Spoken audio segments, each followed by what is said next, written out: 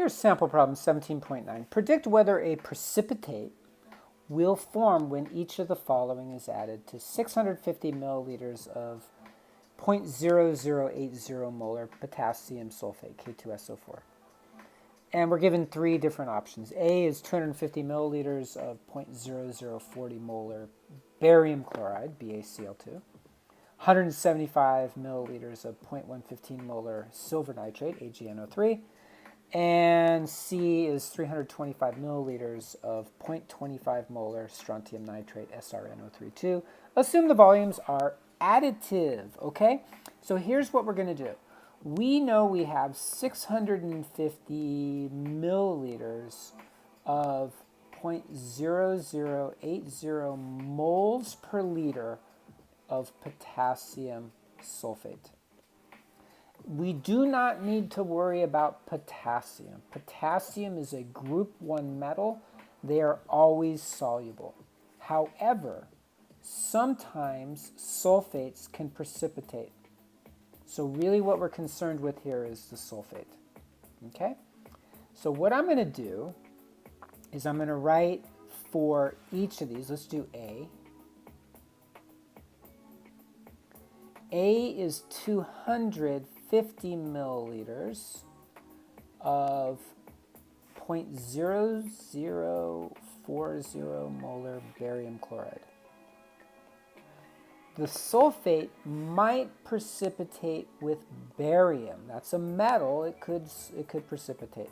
So what we do is we try to look at what the KSP value for barium sulfate is. So we look it up in the table. Barium sulfate, the KSP, is 1.1 times 10 to the minus 10. Okay? So we're going to ignore the potassium because potassium salts are always soluble. We're going to ignore the chloride because chloride's not going to form a reaction with another anion sulfate. So it's got to be the barium sulfate. We have a KSP here. So what we do is we calculate Q and compare it to K. And so if Q is less than K, there's no precipitate, no reaction takes place. On the other hand, if Q is greater than K, KSP in this case, then we get a precipitation reaction. Those are the comparisons we want to make. Okay, so how do we figure out Q? Q would be the concentration of the barium, the metal, times the concentration of the sulfate, the nonmetal. So we just figure out what their concentrations are and multiply them together. And if they're less than K, no reaction. If they're greater than K, there is a reaction. So I would recommend using millimoles in this calculation instead of moles. Millimoles over milliliters is moles per liter. That's molarity. So no need to convert everything to liters and moles. Just leave it as millimoles and milliliters. Okay? So let's do the barium first. The barium is 250 milliliters. So let's do the concentration of barium. 250 ml times 0.004 moles per liter. And then we're going to divide that by the total volume. The total volume, when we add these together, are additive, as it says, which means that if you add 650 milliliters of the potassium sulfate solution to 250 milliliters of the barium chloride solution, the total volume will just be the sum of the volumes. 650 plus 250, that's 900 milliliters. And what will happen is the millis will cancel, and the liters will cancel, and we'll have moles per liter, and it works out. So 250 times 0.004 divided by 900. 250 times 0.009 divided by 900. Oops, sorry. 250 times 0.004 divided by 900 is 1.1 times 10 to the minus 3.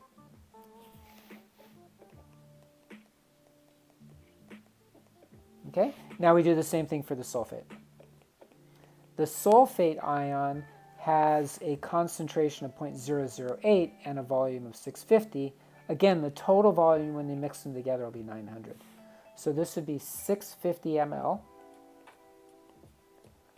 times 0.008 moles per liter divided by 900 ml. Okay, so 650 times 0.008 divided by 900, the total volume. So it's really a dilution calculation. M1 V1 equals M2 V2. 5.8 times 10 to the minus 3. Okay, so now we calculate Q. Q would be concentration of barium times concentration of sulfate. So that would be 1.1 times 10 to the minus 3 times 5.8 times 10 to the minus 3. And so what are you going to get here? It looks like you're going to get, around 6 times 10 to the minus 6. So let's try it.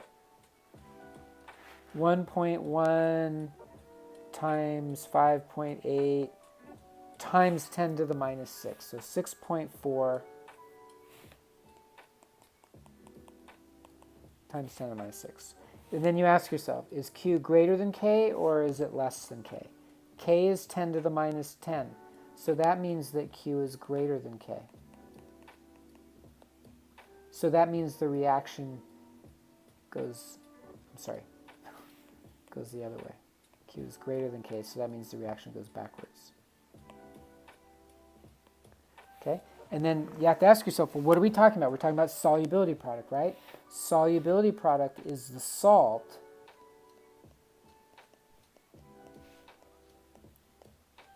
forming the ions. Right? That's the expression. So if Q is greater than K and it's going back this way, that means we're going to get precipitation. Okay? If it goes to the left, you form the precipitate. Okay?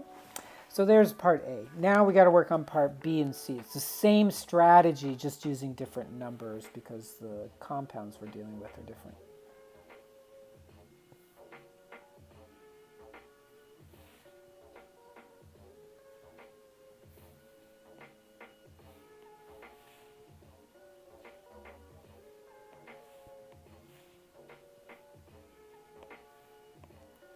Okay, so in part B, actually, let's go ahead and erase all this too. Give ourselves plenty of room here. Okay, in part B, again, we have 650 milliliters of 0.008 molar K2SO4. Okay. And then we're going to add to that, in part B, 175 milliliters of 0.15 molar AgNO3. Okay, so let me just show you a slightly varied method. This is going to give you 2 potassiums and a sulfate, right? When it dissolves. This is going to give you a silver ion and a nitrate ion when it dissolves. Okay? So nitrate salts are always soluble, so we do not need to worry about nitrate. Potassium salts are always soluble. We do not have to worry about those. That's all the way back in Chapter 4, Section 2, Solubility Guidelines. They come back in this discussion. So really all we're worried about is whether this will form. The question is, will the silver ion combine with the sulfate ion to form silver sulfate? So the way you determine that is you go back and you do the reverse. AgSO4 in water dissolves to form silver and sulfate. And the KSP for that one is 1.5 times 10 to the minus 5. Okay? So that's the threshold. If Q is greater than KSP, then the reaction will go backwards and form precipitate. That's if Q is greater than KSP. If Q is less than KSP, then no reaction is going to take place, meaning you're not going to get a precipitate. It's just going to dissolve. Okay? The forward reaction, the way I've drawn it here, is just dissolving. That's not considered, dissolving is not considered a reaction, but the reverse, where the ions combine to form the solid, that is considered a reaction. So again, we just need to find their concentrations. So let's do it for the silver and the sulfate. So concentration of silver. Oh, I should be very careful here. I made a mistake. 2, 2. Okay? So that's important. So the concentration of silver is based on our numbers is 175 ml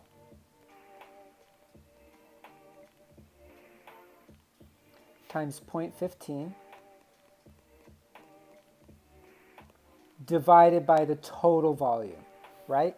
If I take 1 mole, which is in a liter, but then add another liter, it's 1 mole divided by the total volume, 2 liters, to give us the concentration. The concentration is going to be 650 ml plus 175 ml. So I don't know what that is, so let's add it. 825. Okay, so they did change the numbers in a lot of these. They changed the numbers of the volumes in part A, B, and C. So that means we have to do more, even more calculations of detailed calculations in here. Okay, so 175 times 0.15 divided by 825. 175 times 0.15 divided by 825. 3.0318.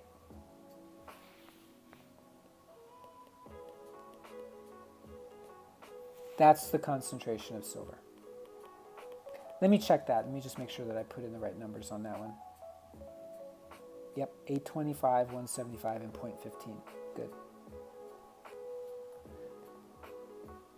Okay, so the next thing is we're going to do the sulfate. Now, we already did the sulfate calculation, but I erased it.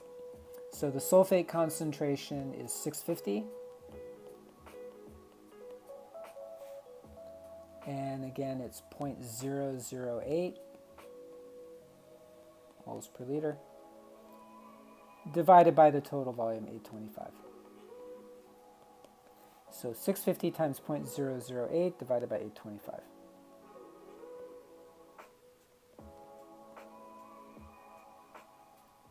.3 times 10 to the minus 3.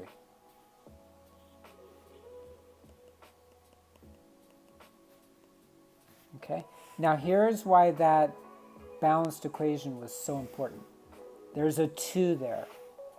So Q is the concentration of the silver ion squared times the concentration of the sulfate ion. Okay, so unlike barium sulfate, where it's a 1-to-1 ratio, silver sulfate's a 2-to-1 ratio. So that means we need to take the silver, which is 0.0318, and square it, and then multiply that by the sulfate.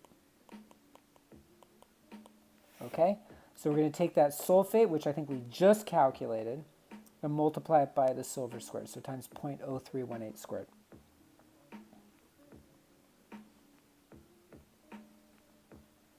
And you get 6.4 times 10 to the minus 6.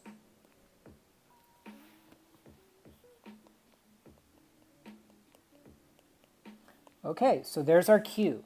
Q appears to be greater than, it's less than K. That number right there is smaller than K. That means Q is less than K. So that means no precipitation. We haven't put enough of it in there to actually form a solid. So it will just all stay dissolved. If we added enough, it would precipitate, but we haven't added enough. So for this part C, actually we'll have to redo it anyways because the volume's different. So let's try part C now.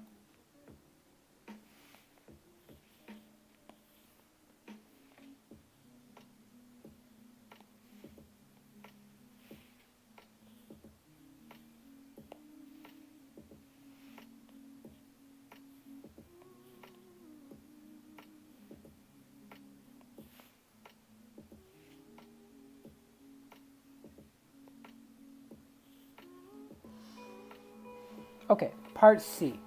Now what we're doing is we're taking the potassium sulfate and we're going to combine it with strontium nitrate. Okay, so when potassium sulfate dissolves, you get potassium and sulfate. When strontium nitrate dissolves, you get strontium 2 and nitrate. Nitrate salts are always soluble. Potassium salts are always soluble. So that means we have strontium sulfate.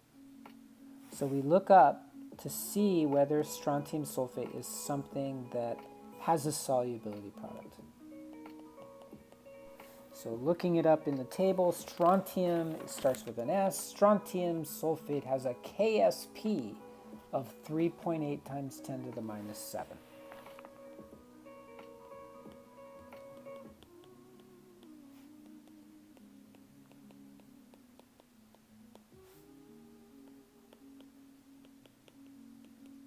There's your KSP value. Okay, so again, we're just going to calculate Q and see if Q is greater than or less than K. So let's do the concentrations of both ions that are important. Strontium in this case is 325 ml, and the concentration is 0.25.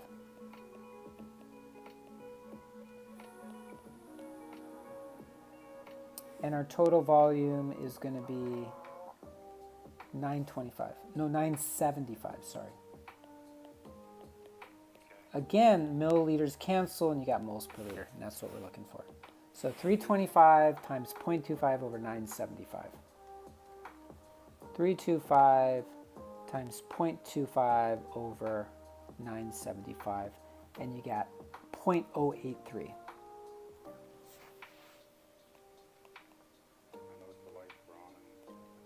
And then we got to do the sulfate. Sulfate again is 650 ml times 0.0080 molar divided by 975. Okay, so 650 times 0.008 divided by 975, and you get 0.00533.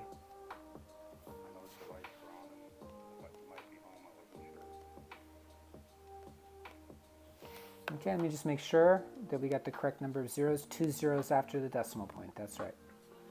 Okay, so what do we do now? Now we say, hey, this is a pretty simple stoichiometry. It's 1 to 1. So Q is just the concentration of strontium times the concentration of sulfate. So that would be, we put it in scientific notation, 8.3 times 10 to the minus 2 times 5.3 times 10 to the minus 3. Okay?